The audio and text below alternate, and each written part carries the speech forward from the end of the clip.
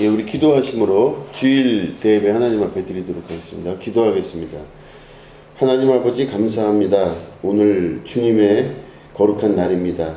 이 날을 구별하신 주님, 영광을 홀로 받으시며 예배 가운데 좌정하여 주시옵소서. 감사드리며 예수님의 이름으로 기도드립니다. 아멘.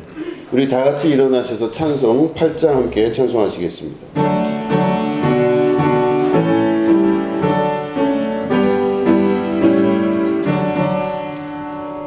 거룩 거룩 거룩 전능하신 주님, 이른 아침 우리 주를 찬송합니다. 거룩 거룩 거룩 자비하신 주님, 성삼위 우리 주로다. 거룩 거룩 거룩 주의 보좌 앞에 모든 성도 멸류관을 벗어드리네. 전군 천사 모두 주께 굴복하니 영원히 위에 계신 주로다. 거룩 거룩 거룩 주의 빛난 영광, 모든 죄인 눈 어두워 볼 수 없도다. 거룩하신 이가 주님밖에 없네. 온전히 전능하신 주로다. 거룩 거룩 거룩 전능하신 주님, 천지 만물 모두 주를 찬송합니다. 거룩 거룩 거룩 전능하신 주님, 성삼위일체 우리 주로다. 아멘. 하나님이여, 나를 판단하시되 경건하지 아니한 나라에 대하여 내 송사를 변호하시며 간사하고 불의한 자에게서 나를 건지소서. 주는 나의 힘이 되신 하나님이시거늘 어찌하여 나를 버리셨나이까. 내가 어찌하여 원수의 억압으로 말미암아 슬프게 다니나이까. 주의 빛과 주의 진리를 보내시어 나를 인도하시고 주의 거룩한 산 주의 거룩한 신과 주께서 계시는 곳에 이르게 하소서. 그런즉 내가 하나님의 제단에 나아가 나의 큰 기쁨에 하나님께 이르리이다. 하나님이여, 나의 하나님이여, 내가 숨으로 주를 찬양하리이다. 내 영혼아, 네가 어찌하여 낙심하며 어찌하여 내 속에서 불안해하는가. 너는 하나님께 소망을 두라. 그가 나타나도 심으로 말미암아 내 하나님을 여전히 찬송하리로다. 아멘. 사도신경 하시겠습니다. 전능하사 천지를 만드신 하나님 아버지를 내가 믿사오며 그 외아들 우리 주 예수 그리스도를 믿사오니 이는 성령으로 잉태하사 동정녀 마리아에게 나시고 본디오 빌라도에게 고난을 받으사 십자가에 못 박혀 죽으시고 장사한 지 사흘 만에 죽은 자 가운데서 다시 살아나시며 하늘에 오르사 전능하신 하나님 우편에 앉아 계시다가 저리로서 산자와 죽은 자를 심판하러 오시리라. 성령을 믿사오며 거룩한 공회와 성도가 서로 교통하는 것과 죄를 사하여 주시는 것과 몸이 다시 사는 것과 영원히 사는 것을 믿사옵나이다. 아멘. 자리에 앉아주시기 바랍니다. 찬송 400장입니다.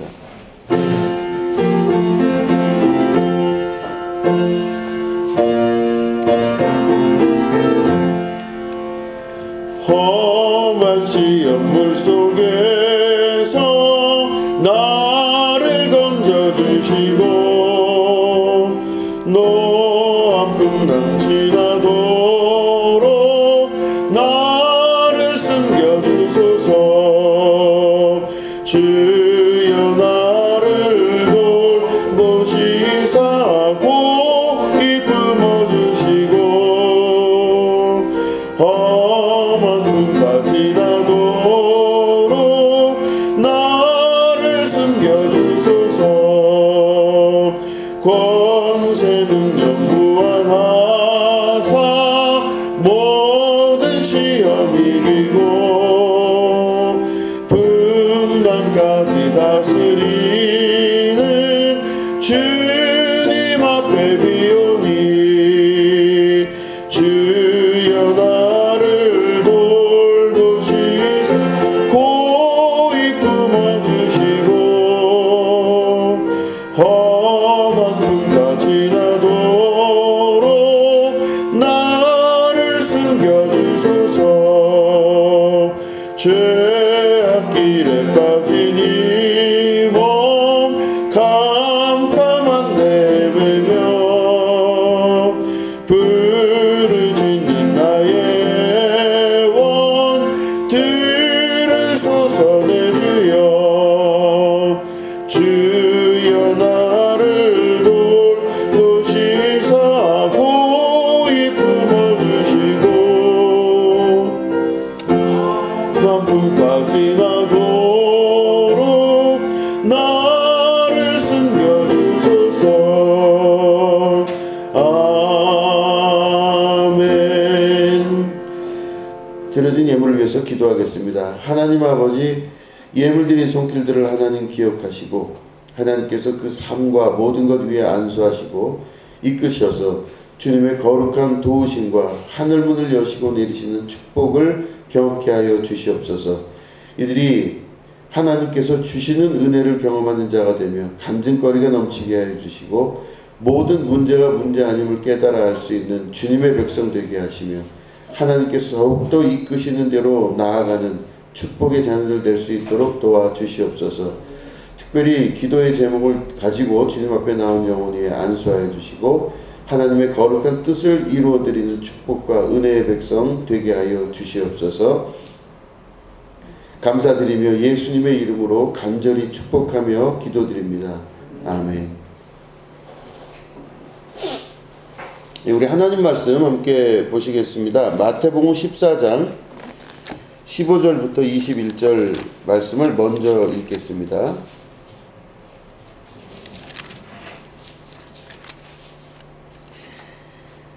마태복음 14장 15절부터 21절 말씀을 먼저 읽겠습니다. 우리 교독합니다. 저녁이 되매 제자들이 나와 이르되 이곳은 빈들이요 때도 이미 저물었으니 무리를 보내어 마을에 들어가 먹을 것을 사 먹게 하소서.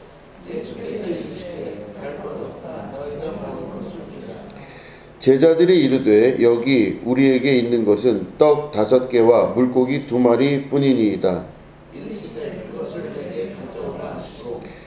무리를 명하여 잔디 위에 앉히시고 떡 5개와 물고기 2마리를 가지사 하늘을 우러러 축사하시고 떡을 떼어 제자들에게 주시매 제자들이 무리에게 주니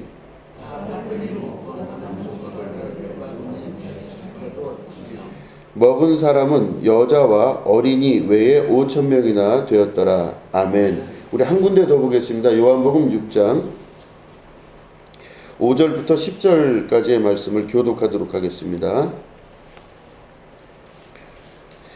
예수께서 눈을 들어 큰 무리가 자기에게로 오는 것을 보시고 빌립에게 이르시되 우리가 어디서 떡을 사서 이 사람들을 먹이겠느냐 하시니 이렇게 말씀하시면 친히 어떻게 하시기를 아시고 빌립을 시험하사 하십니다.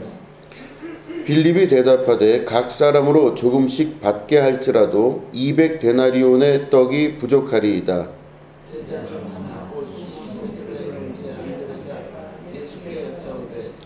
여기 한 아이가 있어 보리떡 5개와 물고기 2마리를 가지고 있나이다. 그러나 그것이 이 많은 사람에게 얼마나 되겠사옵나이까.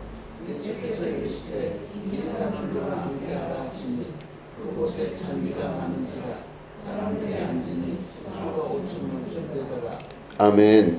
예, 오늘은 이르시되 갈 것 없다라는 제목 가지고 함께 말씀을 나누도록 하겠습니다. 우리가 읽은 두 군데의 본문 말씀은 오병이어의 기적에 관한 말씀입니다. 우리가 많은 부분은 이 기적이 일어난 사건에 관해서 성경을 중점적으로 바라볼 때가 참 많습니다. 저도 역시 이 기적과 이적에 나타난, 다시 말해 물고기 2마리와 보리떡 5개로 기적을 베푸신 예수님의 그 기적에 관해서 많은 부분 초점을 맞추고 또 읽고 또 묵상도 하고 했습니다. 그런데 이 말씀을 다시금 제가 묵상을 깊이 해보게 되면서 알게 된 것이 바로 그 전에 오병이어의 기적이 일어나기 전에 예수님께서 제자들과 하셨던 말씀이 그 전에 있다는 것을 보게 되었습니다. 보면은 저녁이 돼서 많은 사람들이 모였습니다. 대략 상정만 5,000명이라고 하니 뭐 한 2만 명 정도 이상 되지 않았을까 싶을 정도의 많은 인원이 모여있던 이 자리에 이제 저녁이 되고 하니까 사람들이 저녁밥을 먹으러 가야만 됩니다. 그런데 저녁밥을 먹을 수 있는 어떠한 것이 준비가 되어 있지 않았습니다. 왜냐하면 그것이 광야이기 때문입니다. 이 광야 넓은 들에는 아무것도 준비된 것이 없는 것이기 때문에 이 사람들이 저녁을 먹으려면 당연하게 마을로 들어가게 해서 마을에서 저녁들을 각자 사 먹게 하는 것이 가장 중요한 일 중에 하나였을 것입니다. 그렇기 때문에 너무 상식적으로 제자들이 예수님께 여쭙게 되는 게 이 사람들을 좀 이제 여기서 일어나서 들어가게 하시는 게 어떻겠습니까? 그 마을 들어가서 빵을 사 먹게 하시죠. 이렇게 제자들이 이야기를 합니다. 그런데 예수님께서 너무나 황당하게 대답을 하십니다. 예수께서 이르시되 갈 것 없다 이렇게 말씀하세요. 그러니까 갈 필요가 없다라고 말씀하시죠. 밥을 먹으러 안으로 들어가야 되는데 마을로 갈 필요가 없다. 또 보내지 마라. 이런 뜻으로 말씀하고 계시는 것입니다. 그리고 두 번째 뭐라고 말씀하시냐면 마을로 들어가지 말고 너희가 먹을 것을 주라. 이렇게 16절에 기록되어 있습니다. 너희가 먹을 것을 주라. 이 말씀을 깊이 있게 생각을 해보면 제자들은 지극히 상식적인 이야기를 하는 것이고 당연하게 이 많은 사람들 2만 명 가까이 되는 사람들의 식사를 아무도 준비할 수가 없으니 마을로 들어가서 이들이 밥을 먹게 하는 게 당연하고 상식적인 건데 예수님은 들어가게 하지 말라. 그리고 마을로 갈 필요가 없다. 이렇게 말씀하십니다. 그리고 예수님 본인이 뭘 하시는 게 아니라 제자들에게 너희가 먹을 것을 주라 말씀하십니다. 당연하게 제자들은 이 사람들을 마을로 들어가라고 한 이유는 자기들이 저녁 준비를 할 수가 없었던 것입니다. 그러니까 그거는 제자들도 무엇인가 준비한 게 없고 예수님도 그것을 다 알고 계셨을 것이라는 것이죠. 그런데 예수님의 이 말씀은 너무나 엉뚱하고 얼토당토 않은 말씀같이 느껴집니다. 광야에 나와 있는 이 사람들, 광야에서 많은 사람들이 모여서 예수님을 이제 쫓아가게 됩니다. 그리고 그 광야에서 예수님 말씀을 듣게 됩니다. 이 광야라고 하는 상징적 의미는 성경에서 곳곳 얼마나 중요하게 다루고 있고 나오는지 모릅니다. 성경에서는 항상 광야가 강조되어 있습니다. 광야는 바로 성경의 위대한 인물들이 반드시 거쳐가야만 되는 곳이 광야인 것입니다. 광야를 통해서 모든 역사와 모든 인물이 나타나게 되었던 것입니다. 우리가 많이 알고 있는 다윗도 아들람 동굴 같은 곳으로 피해서 사울이 죽이려고 할 때 피해서 광야로 도망갑니다. 광야에 마땅히 무엇이 있어서 간 것이 아니라 아무것도 있지 않은 곳으로 도망가게 되는 것이죠. 그래서 거기서 죽을 것 같은 고통을 느끼는 것, 이게 바로 광야의 일반적인 모습입니다. 정말 괴롭고 먹을 것도 없고 마실 물도 없고 마음은 괴롭고 불안하고 쉴 만한 장소 하나도 없는 정말 황당하고 황량한 곳이 광야인데 그곳으로 다윗이 도망간 겁니다. 그리고 도망가는 그 순간도 비참합니다. 자기가 왜 도망을 가는지, 왜 여기 있는지도 모를 정체성의 혼란을 빚으면서 광야에 도달하게 된 것, 이게 바로 다윗의 이야기입니다. 또 다른 사람도 있죠. 여러분 잘 알고 계시는 모세도 동일한 일을 합니다. 모세는 애굽의 왕자로 있다가 살인죄를 저지르고 광야로 도망갑니다. 나이 40에 이제는 무엇인가 열매를 거둘 듯한 그 정도 나이에 모세는 광야로 도망을 갑니다. 그리고 더더군다나 신분도 바뀌었죠. 신분도 왕자였다가 살인자로 바뀌게 됩니다. 자기가 다스렸던, 이게 자기 말 한마디면은 모든 사람이 꾹뻑할 수 있었던 그 왕자의 자리에서 자기가 다스리는 사람들이 오히려 자기를 잡는 사람들로 신분과 입장이 바뀌게 됩니다. 도망가게 됩니다. 비참한 순간 그 광야에서 이 모세는 밑도 끝도 없는 인생을 살기 시작합니다. 그리고 다 버린 사람으로 인생을 살아가게 되죠. 미래도 꿈도 소망도 없이 살아가는 듯한 모습입니다. 거기서 한 여인을 만나서 결혼을 하고 처가살이를 시작하죠. 그리고 그 처가살이 끝에 특별히 할 게 없었습니다. 우리가 잘 알고 있겠지만 40년 동안 왕자의 자리에 있었다면 반드시 그는 좋은 공부를 했고 아주 좋은 환경 가운데서 미래가 창창한 또 더 큰 욕심을 부릴 수도 있는 이제 그런 사람이었을 텐데, 이 사람이 그 많은 학식과 많은 좋은 조건들의 모든 걸 다 버리게 되고 신분이 바뀐 상태에서 이제는 처가살이하며 양치기의 삶을 살게 됩니다.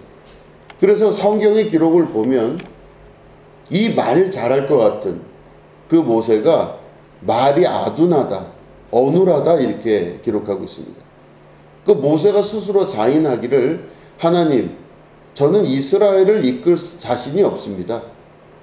왜냐? 저는 말을 잘 못합니다. 내가 무슨 말을 하면 사람들이 설득력이 있겠습니까? 그럴 리가 없겠죠. 그럴 때 하나님께서 그 입이 둔한 모세를 대신해서 형 아론을 붙여줄 테니 넌 걱정하지 말고 가라 그러죠.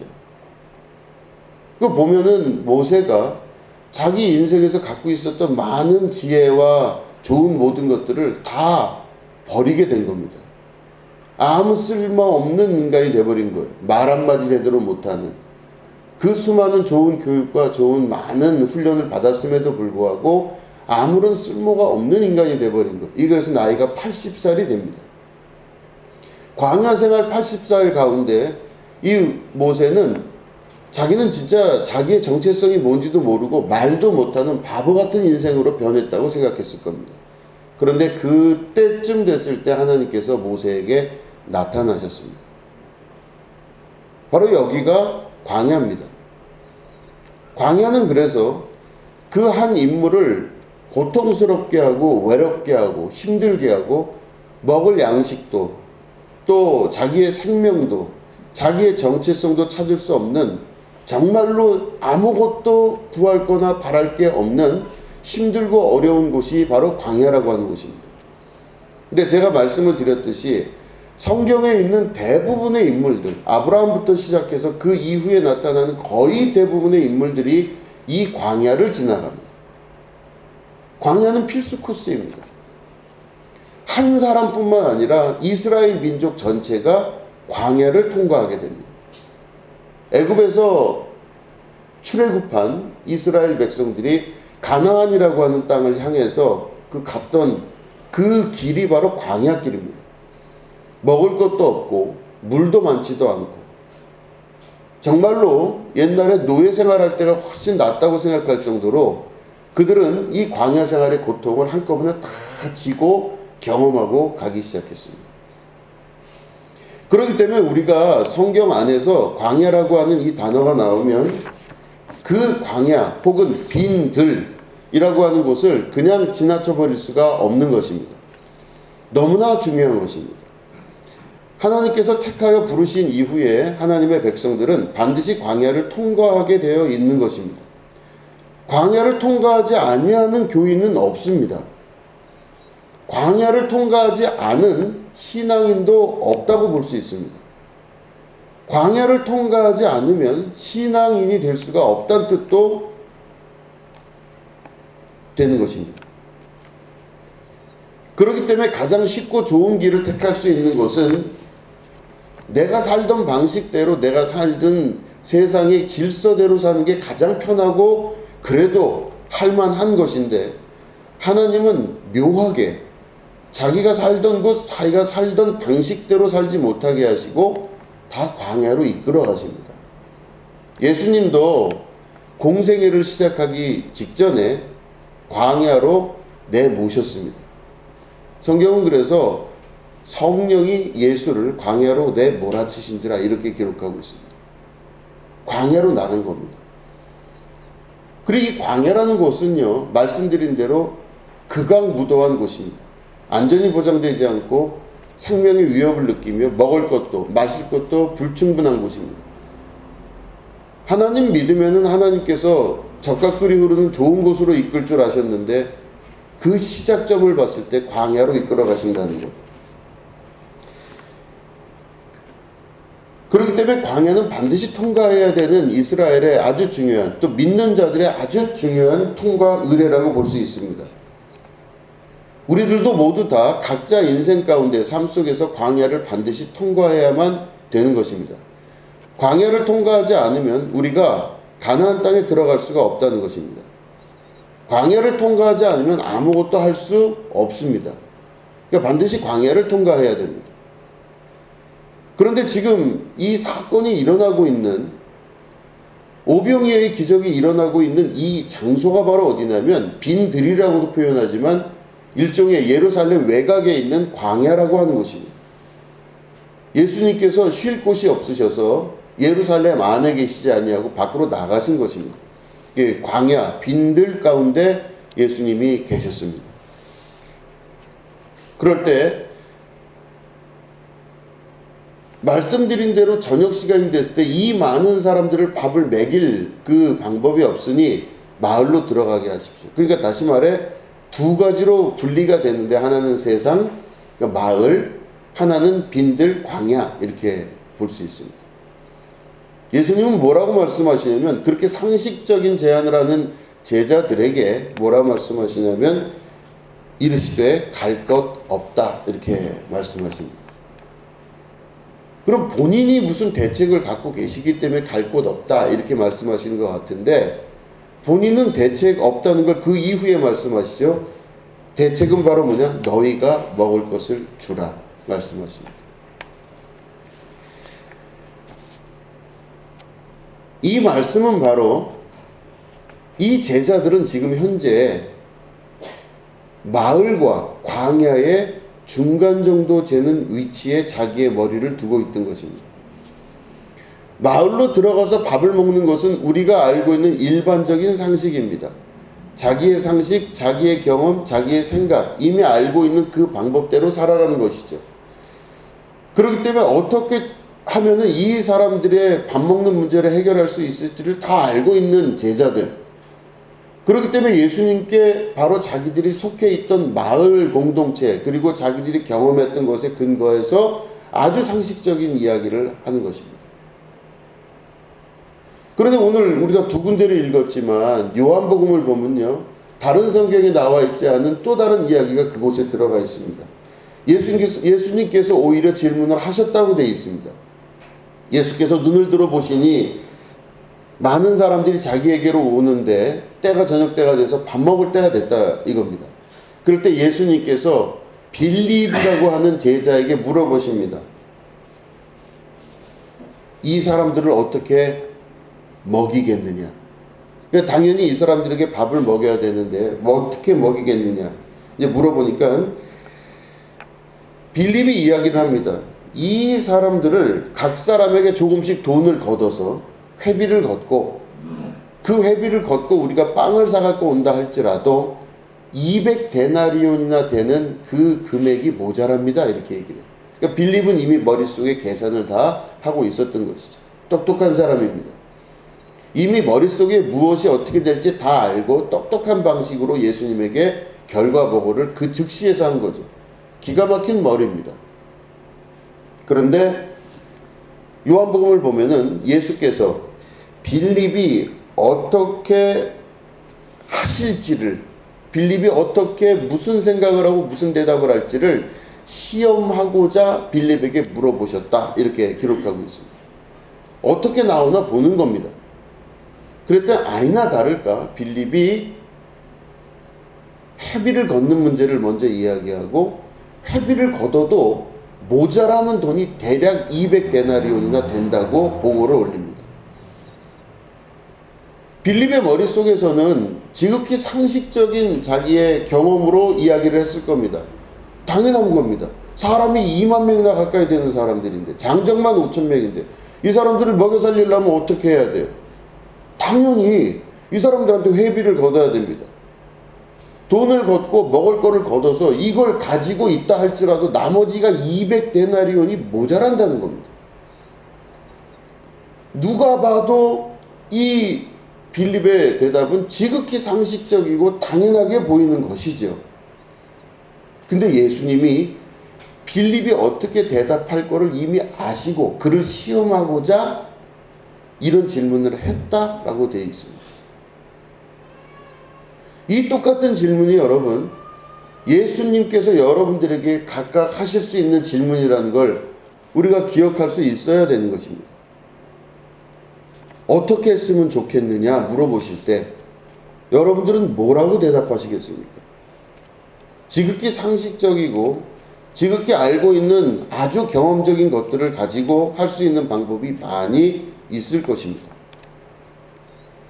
말씀드린 대로 멀지 않은 마을, 그리고 바로 여기 광야라고 하는 상징적 장소에서 지금 예수님의 이 사건이 벌어지고 있는데, 우리의 많은 사람들은 머릿속에 내가 살았던 방식대로 마을 공동체의 지식과 상식을 가지고 살아나갑니다. 그러면 어떻게 살아야 될지, 어떤 방식으로 살아야 될지가 이미 머릿속에 구조적으로 만들어져 있습니다. 이렇게 해야 되고 저렇게 해야 되는 겁니다. 그런데 그들을 광야로 이끌어 가신 그 예수님의 역사, 그리고 광야에서 그 말씀을 하신 이유가 뭘까를 우리가 생각을 해보면, 이 광야라고 하는 장소에서는 자기가 지금까지 기존적으로 가지고 있던 모든 상식이 다 무너지는 것을 경험하는 곳이 광야라는 것입니다. 어떻게 보면 이 광야라는 것은 정체성의 혼란, 자기 존재의 혼란, 그리고 어떻게 살아야 될지 모르는 막막하고 벼랑 끝에 서는 고통을 당하는 곳이 광야일 수 있다라고 하는 것입니다. 상식선으로 생각해도 이해가 안 되는 곳이 광야입니다. 이 광야에 나간다고 하는 건 인간 존재에 있어서 너무 괴롭고 힘들고 어려운 일입니다. 그런데 교회는 바로 어떤 곳이냐? 바로 광야로 주께서 이끌어 가시는 곳입니다. 교회라는 말은 히라보로 에클레시아라고 합니다. 에크라고 하는 것은 전치사로서 어디에서 이런 뜻이고, 클레시아라고 하는 것은 끄집어내다, 집어내다 이런 뜻이에요. 그러면 교회라고 하는 말이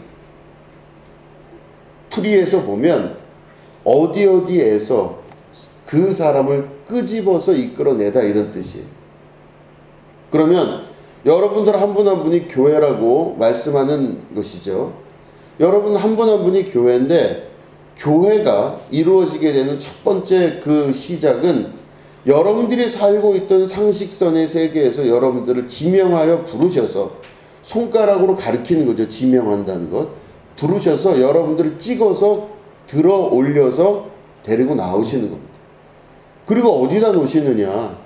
상식에 놓지를 않고, 사람들이 알고 있는 그런 세계에 놓지를 않고 광야에다가 던져 놓으시는 것입니다. 광야에 던져 놓으니 바로 광야에서 그 교회가 시작이 되는 것입니다.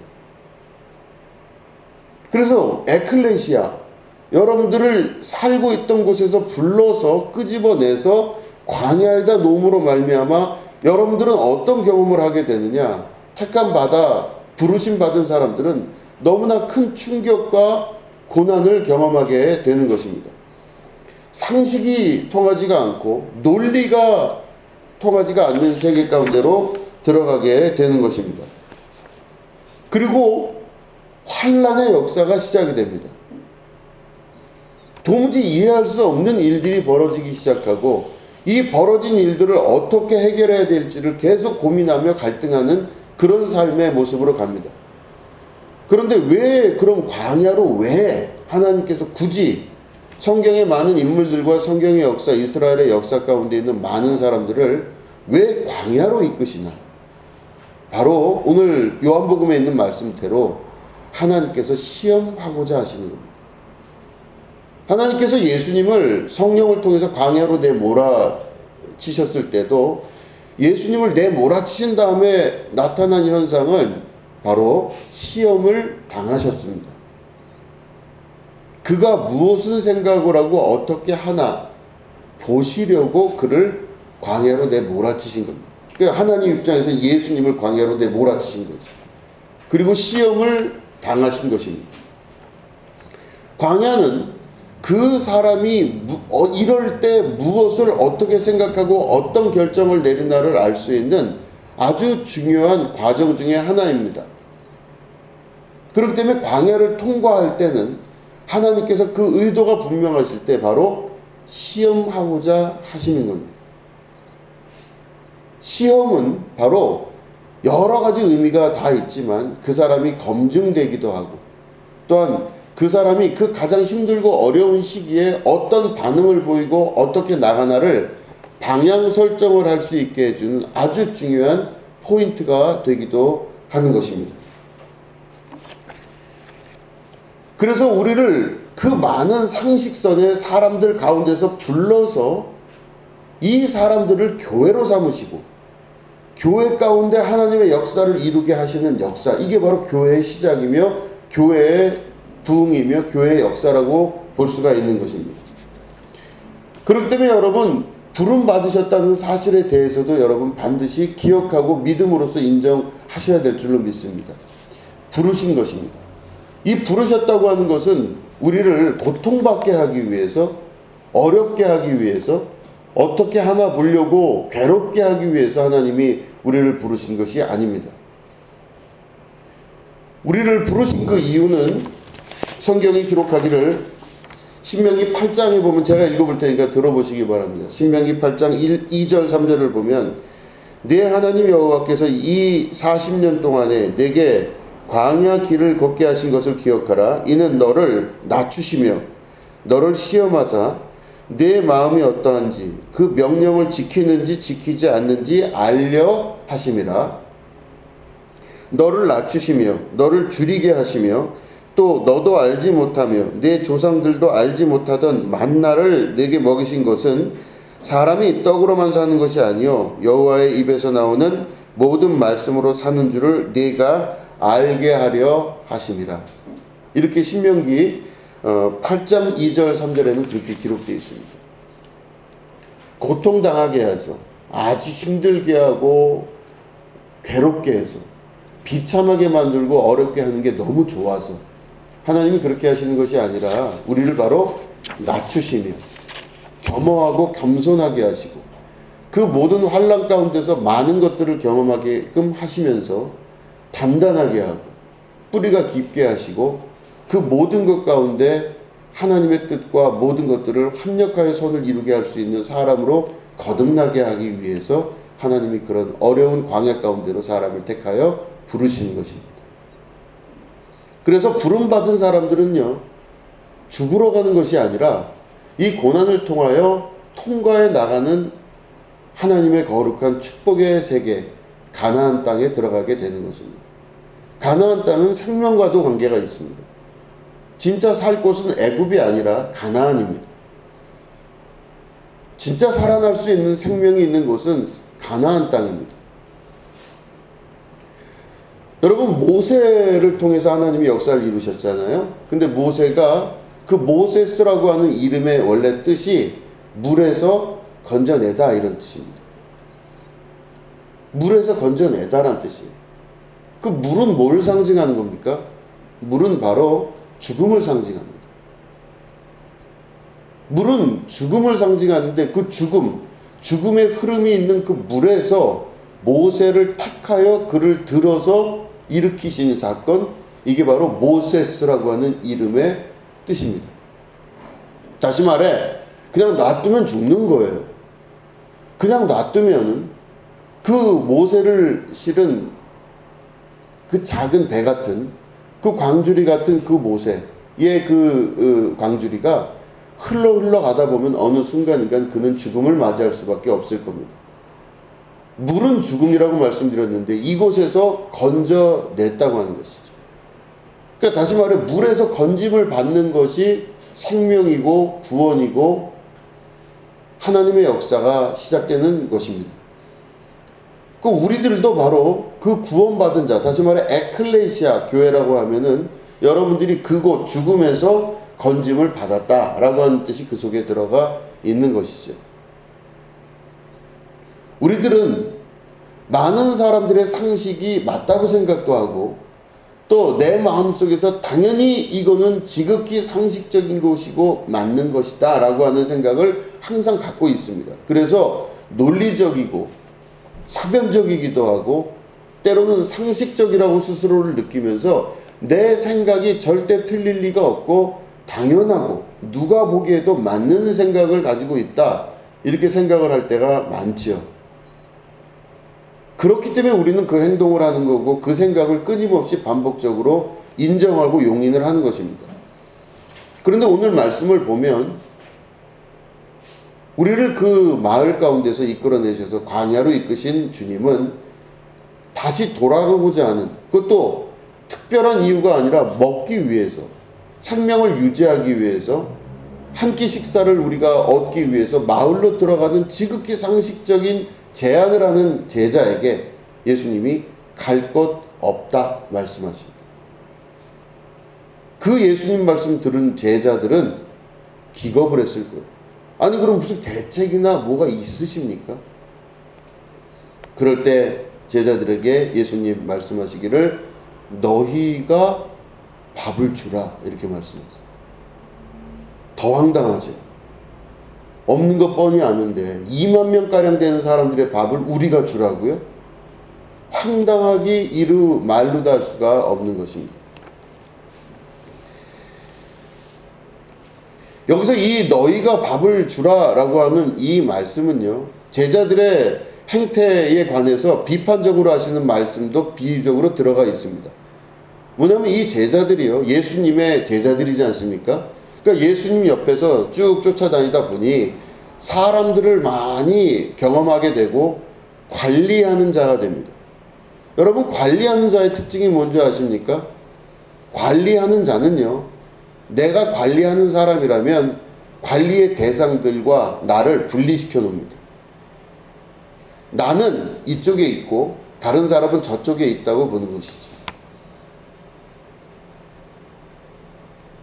나와 타자를 분리할 수 있었던 제자들의 생각은요, 우리는 예수님의 제자니까 괜찮은데 나 말고 저쪽에 있는 사람들은 관리의 대상이 되고 맙니다. 저 사람들은 밥이 없다는 거예요. 그러니까 난 저 사람들을 관리하기 위해서 마을로 들어가자고 제안을 하는 것입니다. 근데 예수님은 너희가 먹을 것을 주라 하신 말씀은 뭐냐면, 이 없는 걸 뻔히 아시면서도 너희가 주라라고 말씀하시는 그 이유는 저들과 너희가 다르지가 않다고 말씀하시는 겁니다. 예수님은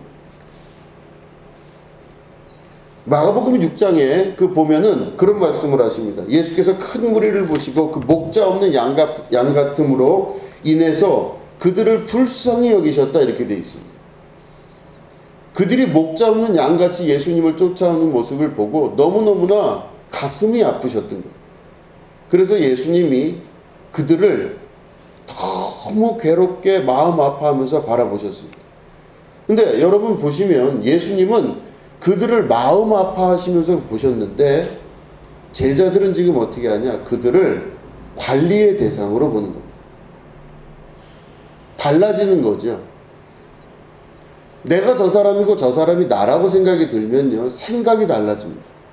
근데 나는 여기 이쪽이고 나머지 사람들은 대상이 되기 시작하면요, 관리의 측면으로 들어가면요, 저 사람들이 다 나랑 다른 존재가 됩니다. 인간이 살면서 가장 중요한 게 바로 뭐냐면 동감하는 것입니다. 심파티입니다. 내가 저 사람과 같은 마음을 품어볼 줄 아는 겁니다. 저 사람이 얼마나 아플까? 저 사람이 얼마나 괴로울까?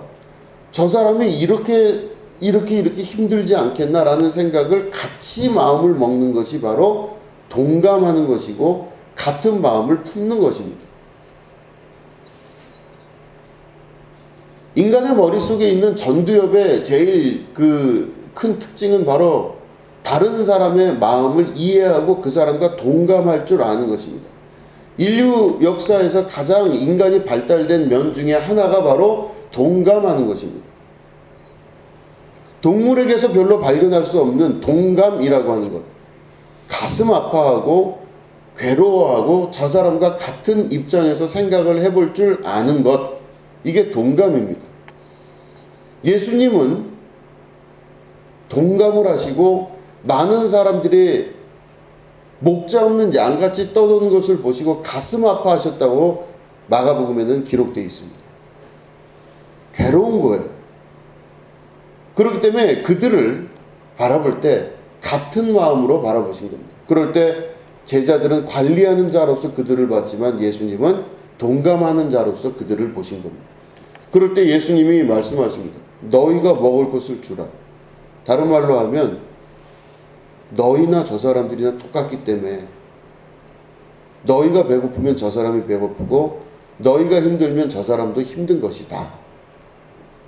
그 말씀을 비유적으로 하시는 것입니다.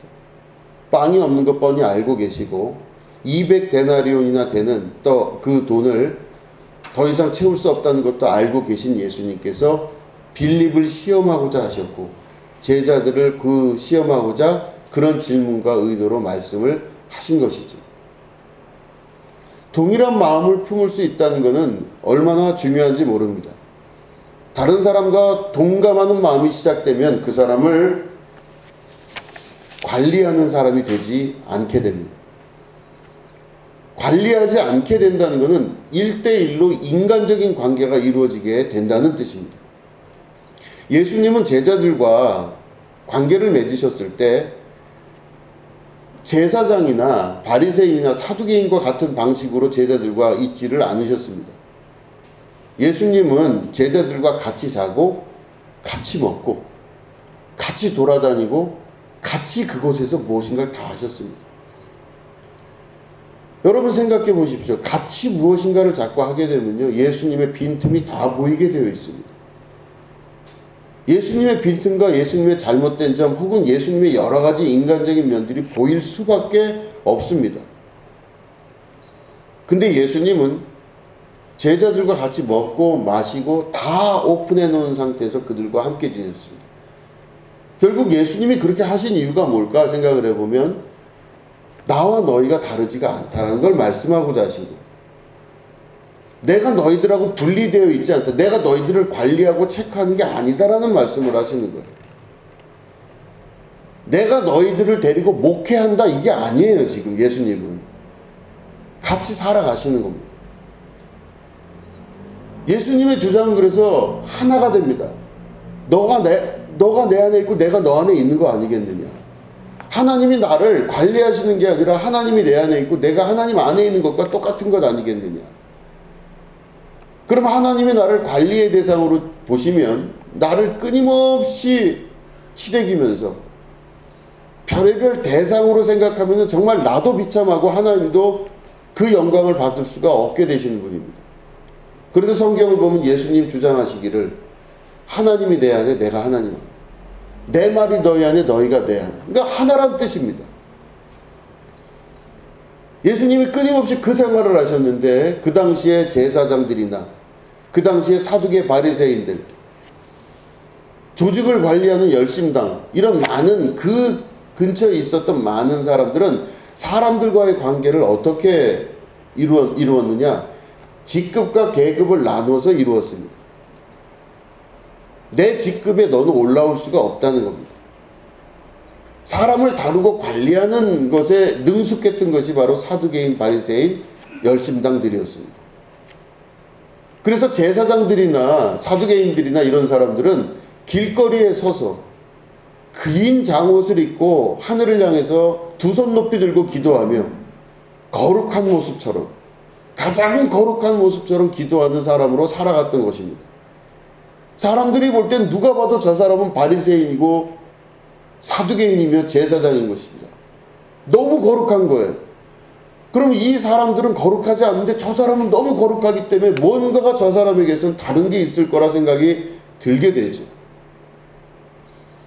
그렇기 때문에 끊임없이 분리가 되어서 저 사람은 거룩하고 나는 거룩하지 못한 겁니다. 이게 이스라엘의 전체 문화였었어요. 계급사회의 문화는 그렇게 형성되고 그렇게 발전되어 오는 것입니다.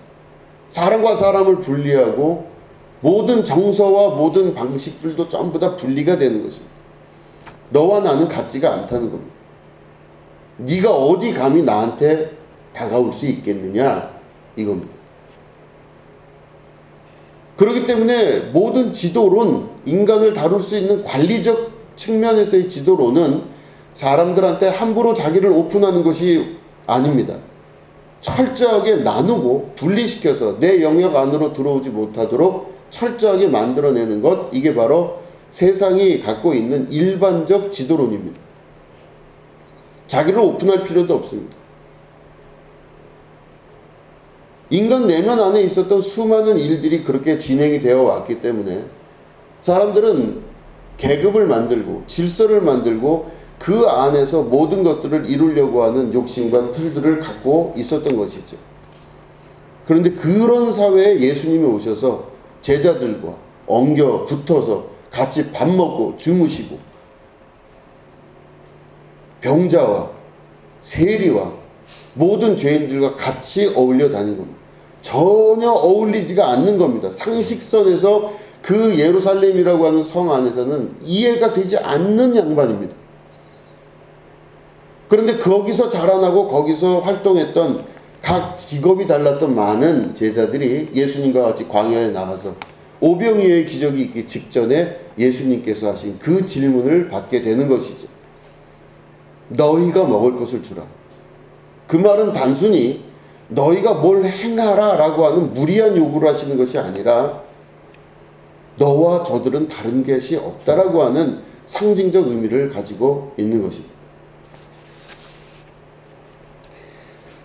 다른 사람들의 마음에 동감할 줄 알고 같은 마음을 품을 줄 아는 것, 이것이 바로 교회의 시작이고 교회의 완성이라고 볼 수 있는 것입니다. 우리는 오랜 시간 신앙생활을 많이 했습니다.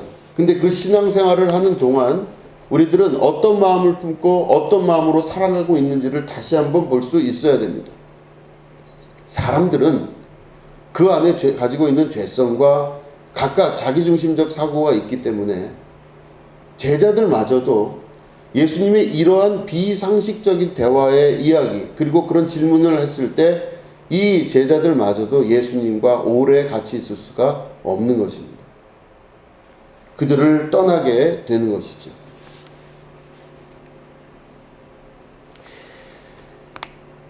광야 가운데 우리를 이끄신 하나님께서는 그래서 가장 힘들고 어려운 정체성의 혼란을 겪게 하시고 그 주께서 오늘 우리에게 한 사람 한 사람에게 질문하십니다. 지금 우리 읽은 본문에는요, 너희가 먹을 것을 주라 이렇게 되어 있습니다. 이게 보면은 마태복음에도 나오고 요한복음, 마가복음, 누가복음에 다 공통적으로 나옵니다. 갈 것 없다. 너희가 먹을 것을 주라 이렇게 되어 있어요. 근데 여러분, 너희라고 하는 게 복수니까 조금 견딜만 하시죠. 제자들 여러 명이 공동으로 감당하는 것 같죠. 그런데 이게 단수인 너라고 한번 말을 바꿔서 한번 해보면 어떨까요? 네가 먹을 것을 주라. 가능하시겠습니까? 네가 해라. 감당이 안 되죠. 각종 머릿속의 생각이 빌립보다 더 심하게 빠르게 계산될 겁니다. 회비를 걷겠습니다. 다 회비를 걷고 나머지 모자란 것만 해도 200데나리온 되는데 쉽지 않습니다. 그럴 때 예수님께서 말씀하시죠. 너희가 가진 것이 무엇이냐? 너희들 중에 너희가 가지고 있는 것이 무엇이냐? 물고기 2마리와 보리떡 5개입니다. 여러분 생각해 보시면 물고기 2마리와 보리떡 5개도 실제적으로는 제자들 게 아니었습니다. 요한복음에 보면 한 소년이 갖고 나왔다고 되어 있어요. 그러니까 너희가 가진 것이 무엇이냐 볼 때 제자들은 그것마저도 자기 것들이 아닌 것들이었었어요. 참 창피하고 부끄러운 일입니다. 그럴 때 제자들의 것이 아닌 것을 가지고 하나님께 주님께 봉헌하여 나온 그걸 가지고 오병이어의 기적의 역사가 나타나게 된 것입니다. 우리가 다른 사람과 같은 마음을 품고 그 사람의 마음에서 생각을 하고 그 사람의 입장에서 생각을 할 줄 아는 사람이 되고 그리고 그런 이후에 같은 마음을 품은 상태에서 깎아야 될 건 바로 뭐냐면 나를 깎아야 되는 것입니다. 그리고 주께서 오늘도 또 여러분들에게 질문을 하십니다. 네가 밥을 주라. 그럴 때 여러분들은 어떻게 하시겠습니까? 심각한 부담을 느끼기 시작하십니까? 네가 하라. 여러분 이 말씀을 주님의 말씀으로 들으시고 한 사람 한 사람 우리가 각자 집에 돌아가면서 또 시간이 있을 때마다 주께서 나에게 하시는 이 요구와 이 시험에 관해서 생각해 보셔야 될 줄로 믿습니다. 네가 하라. 네가 하라. 과연 내가 그렇게 할 수 있는지, 과연 나 말고 다른 사람 많은데 네가 하라. 이 말을 우리가 듣고 확인하고 그것을 할 수 있는지에 대해서 한번 생각해 볼 수 있는 그런 시간이 되어야 될 줄로 믿습니다. 갈 곳 없다. 마을로 들어가지 마라 하시는 주님의 말씀은 바로 기적과 이적의 역사는 하나님의 역사, 하나님의 열매는 그 우리가 알고 있었던 상식과 우리가 알고 있었던 그 세계에서 일어나는 것이 아니다라는 말씀이십니다. 하나님의 기적과 이적을 다 체험하기 원하고 그 생활과 인생 전체에서 하나님의 역사가 나타나기를 우리는 다 바라고 있습니다. 어떻게 이런 일이 벌어지지? 하나님 감사합니다. 하나님 이건 기적이라고밖에 말할 수가 없습니다. 하나님 정말 감사합니다. 이런 기적이라고 하는 놀라운 하나님의 미라클이 일어나게 되는 장소가 어디냐면 그 마을 안쪽이 아니라 바로 오병이어의 기적은 광야에서 일어난 사건입니다. 그렇기 때문에 이 광야라고 하는 상식선에서 일어나는 사건은 마을의 상식이 아니라 광야의 상식입니다. 자, 말씀을 정리하겠습니다. 마음이 힘들고 어려운 일이 많이 있을 수도 있습니다. 상식선에서 이해가 되지 않는 일들이 눈앞에 펼쳐질 때가 많습니다. 별의별 생각이 다 들기 시작하고 이 마음이 혼란하고 내가 누군지, 나는 왜 여기 있으며 나는 앞으로 어떻게 되는 것인지, 그리고 여러 가지 눈앞에 보이는 실질적인 물질적 문제들이 나타날 수도 있고 내 안에 상황적으로 이해가 되지 아니하는 왜 나에게 이런 일이라는 생각이 들 때 우리는 그 순간을 마을이라고 생각하지 마시고 내가 지금 광야에 있구나라고 생각하실 수 있어야 됩니다. 아, 광야구나. 그럼 내가 광야를 간 건가? 아닙니다. 하나님이 지명하여 부르셔서 에클레시아 그곳에서 나를 손가락으로 집어서 들어서 광야에 내려놓으신 겁니다. 광야에 내려놓으신 이후에 광야의 의미가 무엇일까? 바로 주께서 우리가 어떻게 하나 시험을 하신답니다. 예수님도 시험을 당하셨던 것처럼 모세도 또 다윗도 시험을 당했던 것처럼 우리들도 동일한 시험 가운데 들어가 있는 것입니다. 그 시험 가운데 정체성의 혼란, 묻는 거에 대답할 수 없는 괴로움, 앞뒤를 알 수 없는 이런 일들, 수많은 일들을 경험해 가며 그곳에서 어떤 때는 하나님이 날 버린 것 같기도 하고 하나님이 없는 것 같기도 하고 도대체 이게 뭐에 이러는지 이해가 되지가 않는 수많은 상황들이 있을 때 그 시험의 모든 것들이 통과가 되면서 결국엔 네가 하라. 왔던 곳으로 돌아가려고 하는 애굽으로 돌아가려는 행동하지 말고 마을로 들어가서 밥 먹을 생각하지 말고 네가 하라. 너에게 이 고난을 주는 이유는 너를 낮추고 줄이게 하고 고통받게 해서 너를 겸손하게 한 다음에 네가 사람이 떡으로만 사는 것이 아니라 하나님의 입에서 나오는 말씀으로 사는 줄을 알게 하심이라 하는 신명기에 나오신 하나님의 뜻이 내 삶을 통해 이루어진다는 걸 믿음으로 받아들이는 것입니다. 그렇기 때문에 여러분 이 말씀을 잊지 마시고 시시때때로 기억하시고 이 말씀을 내 마음의 등불로 삼아 주께서 오늘도 나와 함께 하시며 그 광야의 여러 가지 어려움 가운데 주님이 나를 통하여서 자신의 모든 일들을 이루시는 합력하여 선을 이룬다고 하시는 온전하신 주님의 말씀을 기억하고 이 순간순간을 잘 이겨나심으로 하나님께서 주시는 생명의 땅 가나안에 들어가시는 여러분 되시기를 주님의 이름으로 축원합니다. 기도하겠습니다. 하나님 아버지,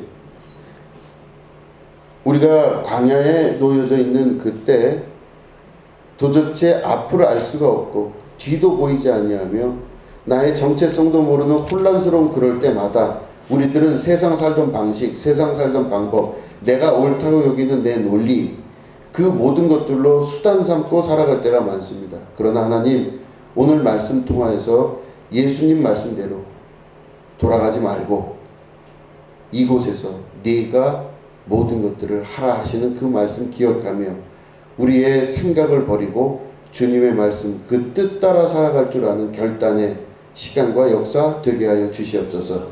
광야에 놓여 있지만 광야가 아닌 줄로 믿습니다. 이곳은 기적과 이적이 일어나는 오병이어의 장소이며 예수님의 능력과 풍요로움과 많은 사람이 먹고도 12광주리가 남는 축복과 은혜의 땅인 걸 믿음으로 바라볼 수 있는 주님의 거룩한 백성들 되게 하여 주시옵소서. 지금은 우리 구주 예수 그리스도의 은혜와 하나님 아버지의 지극하고 무궁하신 사랑과 성령님의 감화감동 축복교통 역사하심이 오늘 예배 가운데 함께하는 주님의 거룩한 백성들 위에 지금부터 영원히 함께하옵시기를 간절히 축원하옵나이다. 아멘.